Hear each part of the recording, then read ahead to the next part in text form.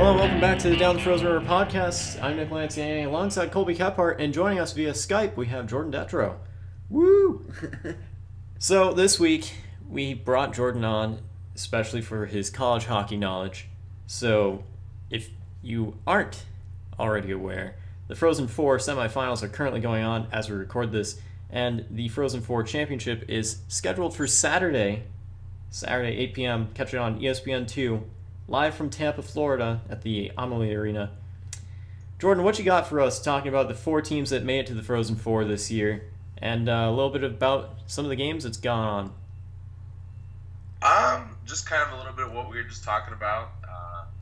Four teams in it right now, all very deserving teams, or I guess I should say technically only three teams, as Boston College has exited and their season ends.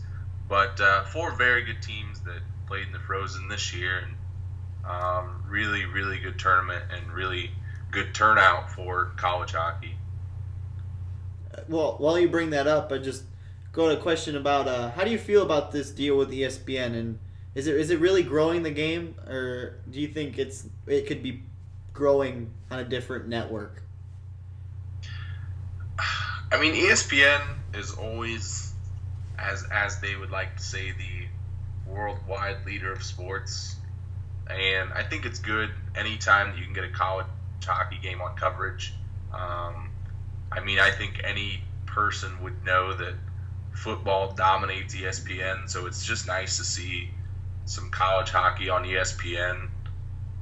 I think really getting it on any TV station is good, because I think there are hockey fans out there that don't realize how good college hockey actually is to watch. And even if you're just flipping through channels and it's like, oh, college hockey game, sit down and watch it, I mean, you're going to fall in love. So I think the fact that ESPN picked it up is good. I'd like to see other stations make more of a commitment through the regular season, because it is kind of sad to see that only the Final Four games get aired on TV. But I think it's a step in the right direction. Yeah, I would agree. I do wish they do maybe a little more of the tournament, maybe bringing in a little more of the quarterfinals, even if it's not all the games, just a few more. And I honestly just get more expansion. I think NCAA hockey is starting to be bigger and bigger for the production of our young players coming into the NHL, and I think it needs to start getting more credit. Yeah, one thing you mentioned there is that there are many paths to the NHL these days. I mean, you see plenty of players now are making the rise from the ECHL rankings to the AHL to the NHL. The system is in place. NCAA is a great place for many players. A lot of their academic performance ratings, each individual team, at least in Division I, tends to be higher than college football or college basketball programs. So overall, it's a very enticing, not necessarily family-oriented, because, the aggression in the sport might not be deemed as, I've got to make my 5-year-old watch this. But, oh, come on. I mean, I personally would, because I love hockey. But some people still have this myth that, there isn't a single hockey game that goes by without a fight. Well, first of all, fighting in college hockey extremely frowned upon. And second of all, it's sometimes more of an exciting game. Yeah, I mean, come on, if you're sitting there losing like 4-0, you want something to happen if you're a fan. I mean, you're still sitting there watching your team, so why not have someone go drop the gloves and maybe spark something? Well, I mean, they can't do that. But still, if they're down 4-0, you talk about the youth. There's still that chance that a 4-0 lead could be blown. Oh, I was talking about hockey in general. I wasn't talking about just college hockey. Well, Sorry. true. I should have clarified there. Well, anyway, for those of you that are not aware, Quinnipiac beat Boston College. I'm a little bummed out by that, because I typically root for BC. So, what went wrong for BC? There's really only one thing that I looked at that you can say of went wrong. They were only 1 for 5 on the power play, which isn't terrible, but it's almost average. But yeah, you look at their record throughout the season, and you would think that if they could go 2 for 5, that's an entirely different game. I mean, that would have been the tying goal, so it would have been a different game. But I was looking Thatcher Demko made about 27 saves. That's good. I mean, you put up 2 goals on a good team. You only lose by 1. It's hard to say they played a bad game. It was Quinnipiac just played a slightly better game. Mm-hmm. So, I mean, you put up 36 shots. Your offense is doing everything they can. Defense is not playing too bad. You let up 3 goals, not too bad, about average. So, really, what it boils down to is just one team's got to win, and Quinnipiac played a little bit better. Yeah, and within the tournament, both teams were a little bit off in their offense. BC had been averaging 3.5 goals coming into tonight's action. Quinnipiac had been averaging 4 goals, and both of them scored about 1 fewer goal. So it's definitely a statement to similar style games, and ultimately just Quinnipiac had that 1 extra little push to them. I mean, exactly. If you want to just look at how the game went, I think them going up 2-0 early was kind of demoralizing for Boston College. Yeah, and the fact that they kind of crawled their way back into the game a little bit there. Nothing that Thatcher Demko can't, help them out with, but yeah, it's just, to me it was how they started the game. When you start flat and it's hard to bring back a 2-0 lead as it is, and they made it 3-1 at one point, and BC was lucky to get another one. Which, just as an aside for Thatcher Demko, I mean, he's got some nominations for some awards coming up, but he's a Vancouver Canucks prospect. Canucks goaltending, we know, has been an issue. They're still paying Ryan Miller about $6 million a year for the next couple of years, and Miller's stats don't look any better than Jakob Markstrom's stats, or if you want to say the opposite is true, Markstrom looks much better than Ryan Miller for less. So this is certainly promising if you're Vancouver, saying, hey, you know what? He had a good showing, but whether or not Demko comes away with hardware doesn't matter. He's a solid goalie that could play into their system. Yeah, I mean, it could be a nice fit for Vancouver. Like you said, Miller will only with, I think, 1 year left. So, and they're still paying some of the retained salary on Roberto Luongo, so some they big gotta, mismanagement there in Vancouver. They got to make some moves there. Well, let's shift things now to North Dakota and Denver. Currently in action, it's a 2-2 hockey game with about 7 minutes to go in the third period. So, Jordan, who you got winning this one? And then, why does the other team got to lose? Because depending on what you say, I may disagree.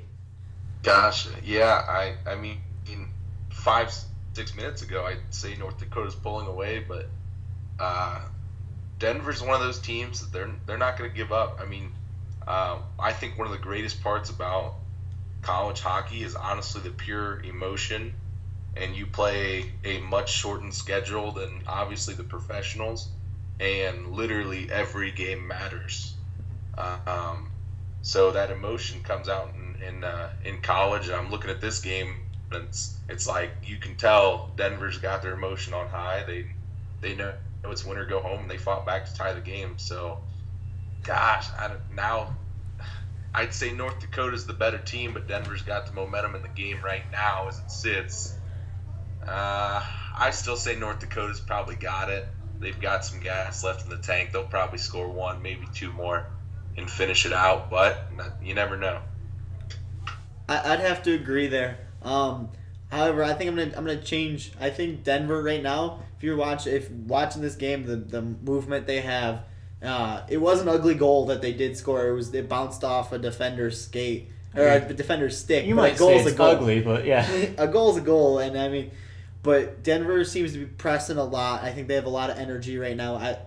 I mean, I'm always gonna root for the underdog in any sake, so I'd like to see Denver pull this out, and looks to be like a few North Dakota fans are out there worried about this game now. There's always just a few North Dakota fans in college hockey. I mean, they're the third-ranked team in this tournament.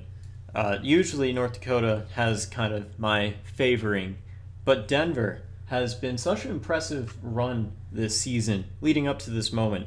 And ultimately, Denton Heinen, one of their key players this season, key prospect for the Boston Bruins. There's so many of them that I have to keep track of this year. Can't really speak too much as to what he's done, or even if I pronounce his name right just now. But Denver, for being in their position for the first time since about 2005 that they've been part of the Frozen Four, this is big stuff. I mean, they got a great program. traditionally they're one of the more competitive teams out in the West in terms of Mhm. college hockey. So, I mean, I'd be pulling for them right now in terms of hoping that they get a matchup with Quinnipiac in the Frozen Four final. I would agree. But yet again, I think even if they do go to the final, I'm still going underdog the whole way. So, Quinnipiac, or however you say it. Quinnipiac, you got that right. I'm bad at pronouncing. I'm sorry. I'm rooting against you, whoever you line up against. As I believe Denver's about to go on a power play here. Fun story, before I was asking Colby, where do you think some of these schools are? And I asked him, where do you think Quinnipiac is? And he was like, don't tell me, is it in Boston or somewhere in Western Mass? I was like, correction, it's in Connecticut. You learned something new. Hopefully. And it's gonna almost be a little bit late to say by the time we get this out because we'll know who won. But coming into this game, it was so interesting because if you look at the regular season matchup between these two teams, the first time they played the first series, North Dakota just ran them two 4-goal losses for Denver. But the second time they play them, Denver's playing at home, and they win 2 games. And then they met in the consolation game of their league tournament, and it was a 1-1 tie. So these two teams have matched up extremely well. So not really surprised to see them tied right now because they know one another well. You played 5 games in the season, this being the 6th time that they've met. So they've seen each other play. They know their styles. I'm not really surprised to see a tie right now. Yeah, you want to talk another competitive game in terms of goal scoring at the very least. Denver's averaging almost 7 goals in this tournament so far. 7 goals a game, that is. Wow. University of North Dakota, I don't know why I just tried to say that, the long name, but whatever. They're averaging almost 6 goals a game in this tournament, and it's one of the more exciting battles. Arguably, perhaps a better matchup than Quinnipiac and Boston College.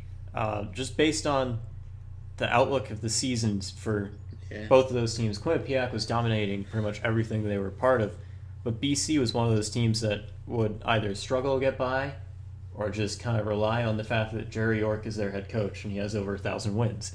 So North Dakota and Denver, I'm excited to see who comes out on top for this one. I'm going to hope that they can pull it off over Quinnipiac just based off of, ultimately seeding the game as an underdog. The Quinnipiac BC game might have finished a close game. You could probably argue that it probably shouldn't have been that close. But these two teams, as Jordan kind of alluded to, I mean, they played each other and split, and then they tied. So, I mean, this is going to be a good matchup. And coming down to the final few minutes here, it looks like they're reviewing an elbowing penalty on North Dakota. So we could be in some serious trouble for all the North Dakota fans out there. But it's just exciting. I love watching good hockey. So this is definitely something to tune in and watch. I just have to get a confession out there, though. I love watching good hockey, but I just don't like hearing John Bucci-Gross. I don't know. Bucci. I just... There's sometimes I'm like, yeah, he's cool. And there's other times when I just feel like he's a frat boy college hockey fan that I'm like, please stop. You're trying to grow the game, but you're not growing the game. It depends on the day. My opinions have changed. Yeah, see, exactly. Some days he's perpetuating stereotypes of the sport, and other days it's like, no, he's actually doing something. So, no offense, Bucci, if you do listen to this, but I kind of hate you. But anyway. A big signing happened earlier this evening. If you want to touch on that, Jordan. Providence College goaltender. Yeah, Nick Ellis signed with the Oilers, which is a pretty big deal because there's been a few significant signings coming out of college. Nick Ellis, only being a junior, kind of leaves Providence with a hole literally in the goal. So trying to decide who will be the next person to take the starting job, but really just leads into wondering who else will be the next person from D1 to sign at the NHL level, or several signings at the AHL level. I'm sure still coming as the tournament wraps up. Most definitely. I mean, we see a lot of ATOs being signed, especially the Toronto Marlies currently. But Nick Ellis has got me excited. He was a champion of the 2015 Frozen Four final. Providence College beat BU. Great game, beat Eichel, all that jazz. Hey, now. But you gotta wonder, what does this mean for the Edmonton Oilers in goal? Because now they have Cam Talbot, they have Laurent Brossoit, who's arguably, at least at the time, considered the greatest goaltending prospect of his draft. But they bring in Nick Ellis. Is this better to have more competition, or is this just something that Peter Chiarelli does as a general manager? Because it seems to me that he likes to stock up on goaltenders, whether they pan out or not, just to have another goalie. Like I said earlier, if you look at Ottawa last year when they brought in Matt O'Connor, I mean, you're bringing in another goalie into that system. It didn't make much sense then, and I'm still scratching my head about this one too. I'm not sure how much sense it really makes, and I think Jordan really alluded to that. But also, if you're Nick Ellis, you must be disappointed that you don't get to play in Rexall Place. Yeah. As that we said farewell to earlier this week.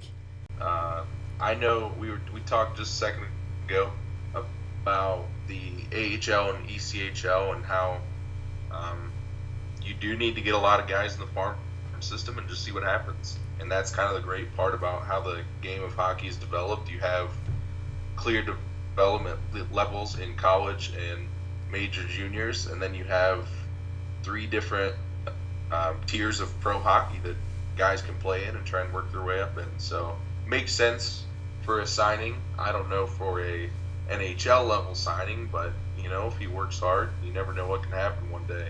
Yeah, that's the thing. I contribute to a guy that's close to my heart, being a BG Falcon, Andrew Hammond.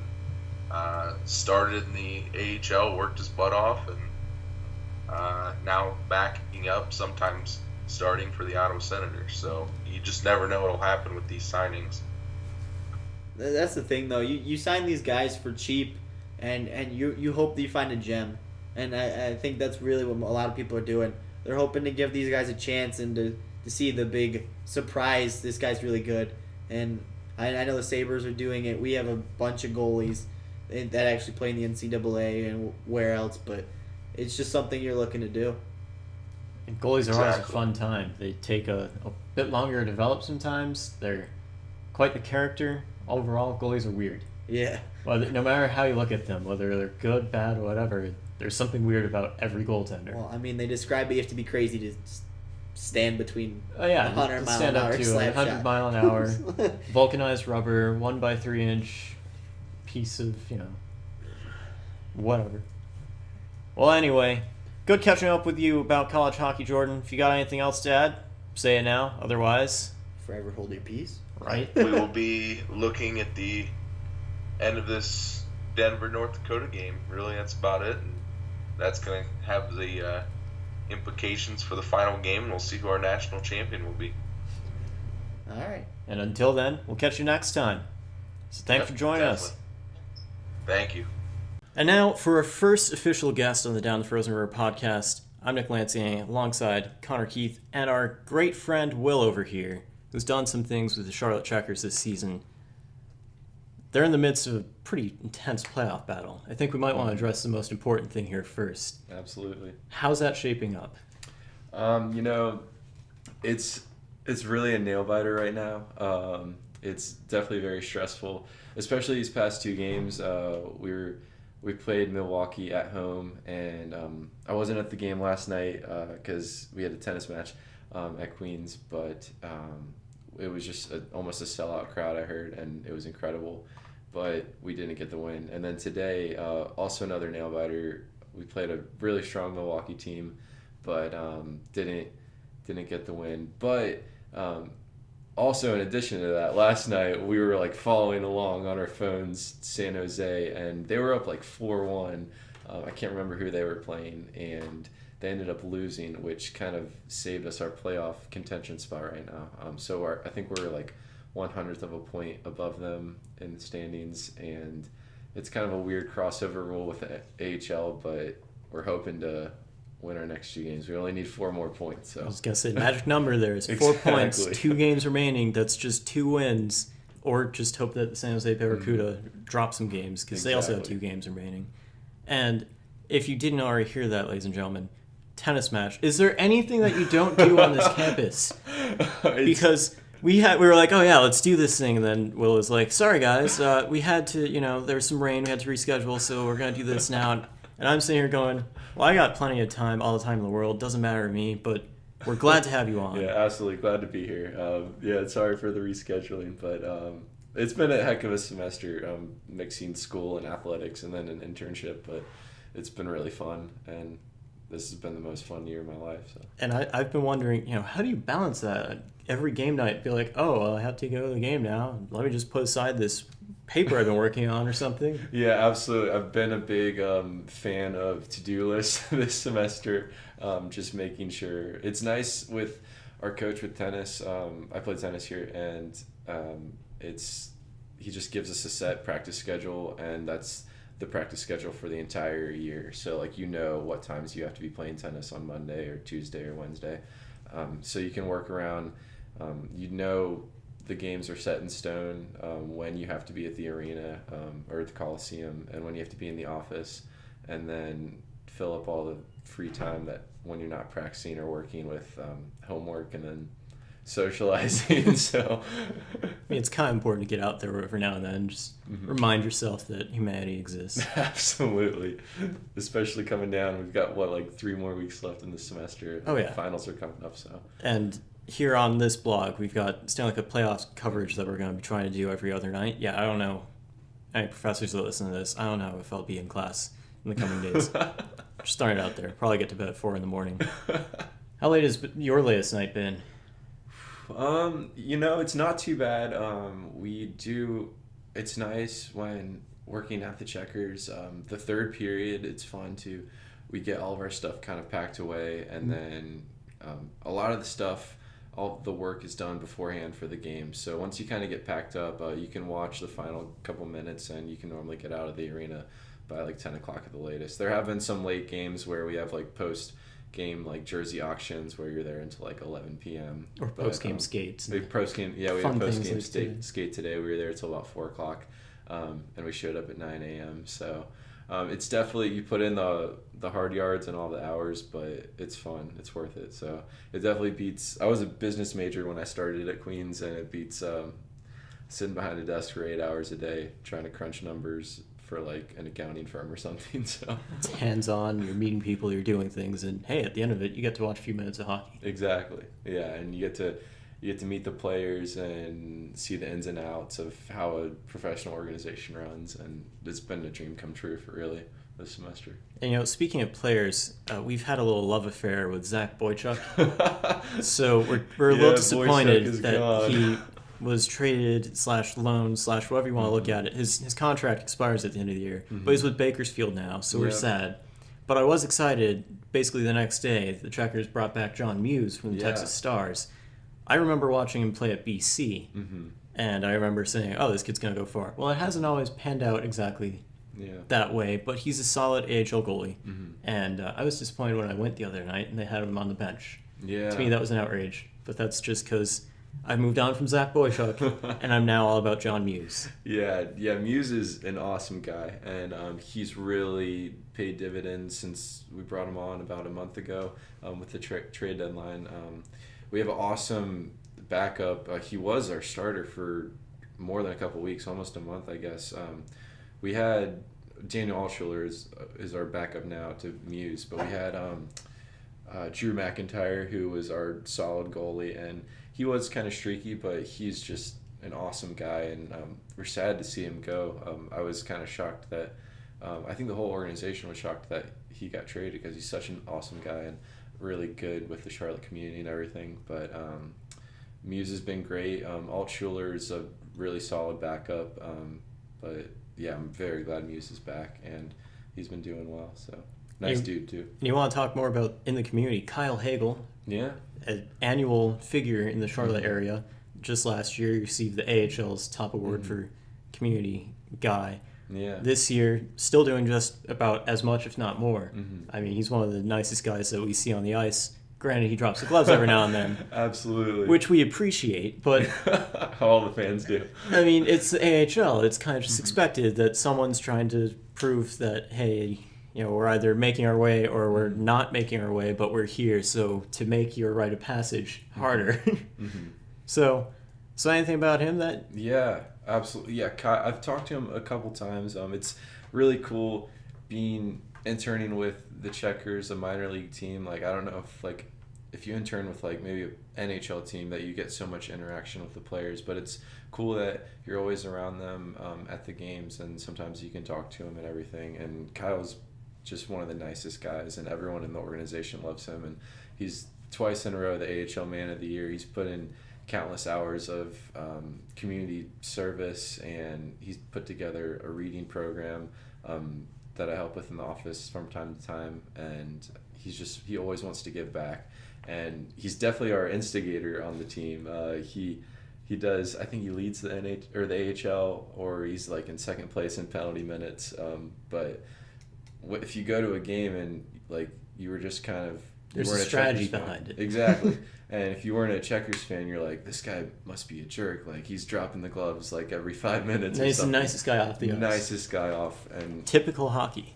Absolutely. I was just writing a paper about this like 20 minutes ago. How hockey players, they are truly different than your average NFL player or basketball player. These guys are young men, but they still have the hearts of little kids, and they want to give back. And it's cool to see, especially through minor league hockey, how much the Checkers have given back to the Charlotte community. I think our charitable foundation has given over like $3.5 million in the past decade or so. But we have our annual teddy bear toss, and you see the players going to the hospitals and everything and interacting with fans. So it's cool to see our fan base grow and the Charlotte community benefit from our organization. And with that, back to their roots. Connor, I know you want this question. Going back to the Bojangles Coliseum. Oh, absolutely. How's that shaped things? Yeah, because you guys were at Time Warner Cable for at least as long as I've lived in the Charlotte area, which has been almost 8 years now. That move back to Bojangles is pretty important, at least for a lot of the old-time fans in the area. How was that? Yeah. How was that internally? How have you guys seen the reaction of the fans that have shown up throughout the season? How's that all panned out for you guys? Yeah, absolutely. So right when I joined on with the Checkers in September, and right from the get-go, we were like, we have opening night on November 7th, and like, how the heck are we going to get this arena or this Coliseum done in time? And I went over like probably my second week into my internship, and the place was like, we had just gotten the seats in, but like there was no ice. It was just like concrete on the ground, and there was stuff everywhere, and there was painting that needed to be done, and I was just like this is gonna reach down, grab a paintbrush, guess I'm doing this. This is gonna be a crunch. And one of my first duties in the first couple of weeks was, as an intern, to sit in every single seat in the Coliseum that they renovated, like 8,500 seats, and just made sure the seats worked, that you could sit properly in them. So I wouldn't be that guy that comes along and breaks it. Professional sitter. Well, actually, you weren't paid, so amateur sitter? Amateur sitter. Yeah. This is amateur hour. But yeah, the move to Bojangles has been really cool. I mean, you're just walking around the bottom concourse, and you can see the plaque where it says like 1950, where this place was like dedicated, and that's like where Elvis sang, and where Billy Graham spoke, and where like Charlotte kind of, it was one of the first gathering place. Exactly. And it was one of the largest, or if not the largest, in like the southeast, maybe the country, of just unsupported dome structure.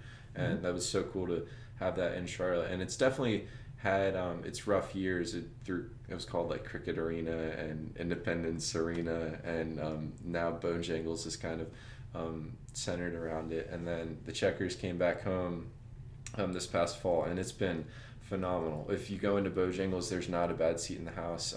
I love Time Warner Cable Arena. It's so nice. I think it's one of the nicest. I don't know that much about arenas, but it's definitely the nicest arena I've ever been in, and it's great for basketball. But I don't know, if you sit in there, I remember I went to Checkers games as a teen, as I grew up in Charlotte, and it was just like the seating was kind of off. There was like an awkward glare, and it didn't feel right. But Bojangles it's made for hockey, man, and the acoustics in there, and the fans' participation in there. It's so easy to get around. It's been great for the organization, and from all aspects. Especially, I think ticket sales. We definitely lost some people who like lived uptown and could walk to games and everything. But now things are a lot cheaper at Bojangles, and fans can drive right up 74 from South Charlotte and be there. So it's been great.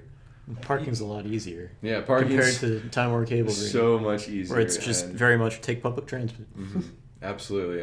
And parking can get up to like $20 for just one game night uptown. So it's nice to be able to just come in through the back roads and go to Bojangles. And it's much easier to get in, I think. And just the whole feeling of the place. The renovations have been incredible. The city, I don't know how much the city loaned. I think the renovations were around $16 million, and then there's going to be a phase 2 process this summer. Once our season ends, hopefully it doesn't end soon with this playoff situation coming up. But it's going to be incredible to see, especially next year too. You sort of brought it up earlier when you were talking about being the pro amateur sitter. What's something that maybe isn't so glamorous about working for a professional sports franchise? I mean, I think a lot of us, hockey fans, or just regardless of your favorite sport, you know, you grow up and be like, that'd be so cool to work for whatever that team is. Whatever team, yeah. I mean, just because it's sports, there's always something going on. What is something that's maybe not so glamorous, that maybe you still enjoy or you didn't, that is associated with working with a sports team? Absolutely. So I definitely had that kind of like glazed over feeling like I want to work in sports. I've never worked in a sport organization before, and I was just like, I want to do this. Like, this is something I want to do. And I got in with the Checkers, and I've loved every second of it. But there definitely are some times where you're like, oh man, like if you're working a 9 to 5, like I would have been off like 6 hours ago. So there are some long nights, especially the games come in chunks. We normally have like 6 home games in 10 days, and that'll do it for March, and then same thing in April or same thing in February.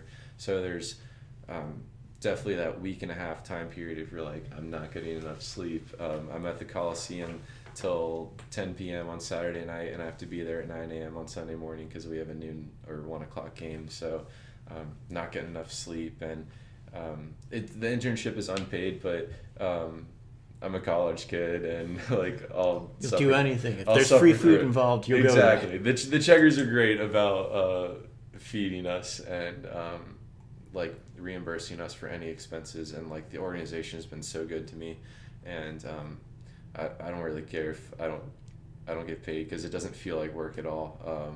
But yeah, there are some slow moments in the office from time to time. Like I remember when we were gearing up for opening night, one of our promotions we do every night is Chuck-a-Puck, and we had to get new Chuck-a-Pucks for the move to Bojangles. So we had these giant boxes filled with like thousands and thousands of these little foam red hockey pucks, and I had to label every single one like A1, A2, A3, going all the way through the alphabet. Then you get 2 people saying, I won, and you're like, that wasn't me. I was not in charge of that. Exactly. But yeah, there are some dull moments, but like looking back, it's been the best job in the world, and I wouldn't trade it for anything. So there are some dull moments, and working in sports, it's not your 9 to 5.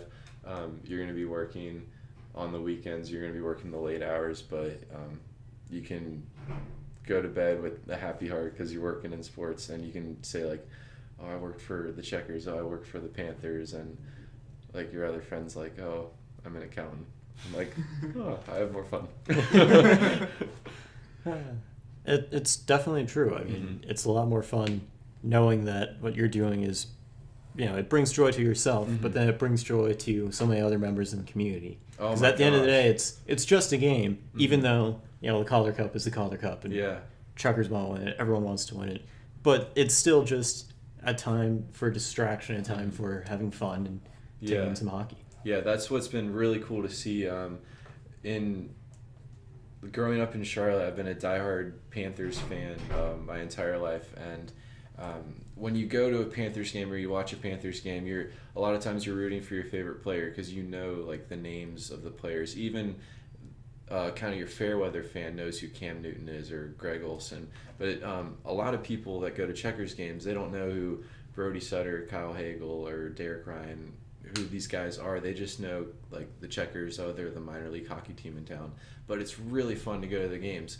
So even though they might not have a favorite player or be rooting for their Cam Newton or their Greg Olson, they can still have a great time, enjoy some family entertainment, and just have a great night at the team's event. And then hopefully they can keep coming back and they start to know who the Kyle Hagels and the Derek Ryans are, and become really true fans. So. And you talk about that community identity. I think it's really going to help being back at Bojangles, where the team has kind of always been surrounding and enveloped in Charlotte as a city is really finding exactly who they are nowadays, where it's, we're this growing city, we have this conglomerate of people from all over, but then we've always had our historical bursts of standing out. And Bojangles stands out, the Checkers stand out in being one of the longest operating teams intrinsically connected to their arena.